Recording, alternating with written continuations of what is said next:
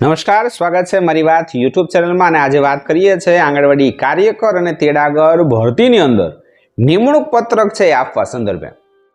આંગણવાડી કાર્યકર અને તેડાગર ભરતીની અંદર નિમણૂક પત્ર છે આપવાની તારીખ છે નિશ્ચિત થઈ ગઈ છે અને એ તારીખ છે 4/3/2024 વાર સોમવારના રોજ તમને નિમણૂક પત્ર એટલે કે વર્ક ઓર્ડર છે એ આપવામાં આવશે.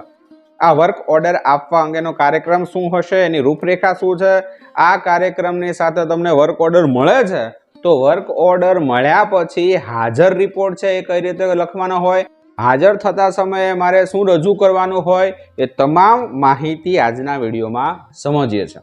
તે પહેલા રાબેતા મુજબ તમે મારી વાત યુટ્યુબ ચેનલને સબસ્ક્રાઇબ નથી કરી તો અવશ્ય કરી લેશો, કારણ કે આવી માહિતીસભર માહિતી અમે તમારા સુધી લાવીએ છીએ.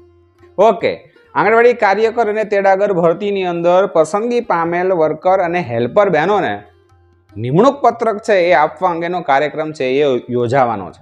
આ કાર્યક્રમ છે એ ખાસ કરીને ગ્રામ્ય કક્ષાએ છે યોજાશે, શહેરી કક્ષાની અંદર છે એ પણ યોજાવાનો છે. એ કઈ રીતનું છે જરા સમજો છો. જેમ કે ગ્રામ્ય કક્ષાએ જે ગામની આંગણવાડી કેન્દ્ર છે એ જગ્યા ખાલી છે, એ ગામની અંદર છે ગામના સરપંચ શ્રી, ચૂંટાયેલા સભ્યશ્રીઓ છે અને સરપંચ છે, તલાટી શ્રીઓ છે, એમની હાજરીની અંદર છે એ તમને આ નિમણૂક પત્રક છે એ 4 તારીખના રોજ છે એ આપવામાં આવશે. આ વાત છે ગ્રામ્ય કક્ષાએ.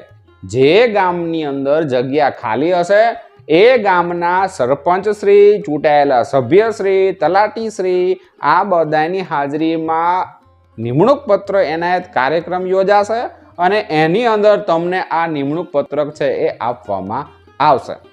શહેરી કક્ષા છે એની અંદર એ પ્રકારે છે, નગરપાલિકા છે તો નગરપાલિકાના પ્રમુખ છે, ચૂંટાયેલા સભ્યશ્રીઓ છે અને સરકારી અધિકારીઓ છે, એની હાજરીની અંદર તમને આ નિમણૂક પત્રક છે એ આપવામાં આવશે. તો આ રીતે આપ સમજો છો, નિમણૂક પત્ર આપવા અંગેની તારીખ છે એ પણ નિશ્ચિત થઈ ગઈ છે. 4/3/2024 રોજ છે તમને નિમણૂક પત્રક છે એ આપવામાં આવશે અને આ નિમણૂક પત્ર જ્યારે તમારી હાથમાં આવે છે તો તમારે હાજર રિપોર્ટ છે એ પણ લખવાનો રહેશે. આ ખાસ આંગણવાડી કાર્યકર અને તેડાગર બહેનોના અનુલક્ષીને જ વાત કરીએ છીએ.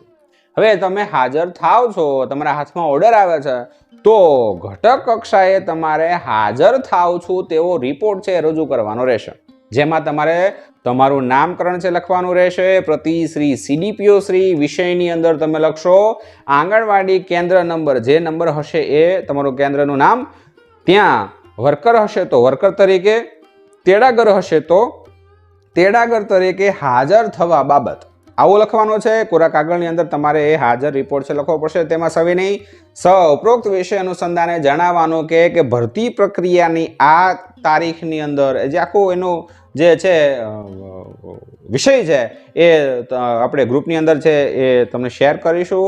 આ ચેનલના ડિસ્ક્રિપ્શન બોક્સ છે એની અંદર પણ એ લખાણ લખીશું, ત્યાંથી તમે એની કોપી કરી શકો છો. ત્યાંથી તમે એ કોપી કરી લેશો અને એ હાજર રિપોર્ટ છે એ આદરણીય CDPO શ્રી છે એને તમારે રજૂ કરવો પડશે. એ પછી એના બીજા દિવસે છે તમારા તમામ ડોક્યુમેન્ટ છે એની કોપી સાથે લઈ જશો અને એ પણ CDPO કક્ષાએ છે એને તમે આપશો, એટલે તમે નિયુક્ત થઈ ગયા છો અને એના જ બીજા દિવસથી જ તમારી નોકરી છે એ ચાલુ થઈ જશે. ઘણા બહેનોના પ્રશ્નો એવા હતા કે આટલો સમય થઈ ગયો, ઘણા વિડીયો આવ્યા, હજુ સુધી ઓર્ડર નથી આવ્યો, તો એ ઓર્ડરની તારીખ છે એ તમારી સામે આવી ગઈ છે અને એ તારીખ છે 4/3/2024. આશા રાખીએ છે જલ્દીથી આપ જોબ છે એ મેળવી લેશો અને આંગણવાડીની અંદર છે એ કાર્ય કરશો.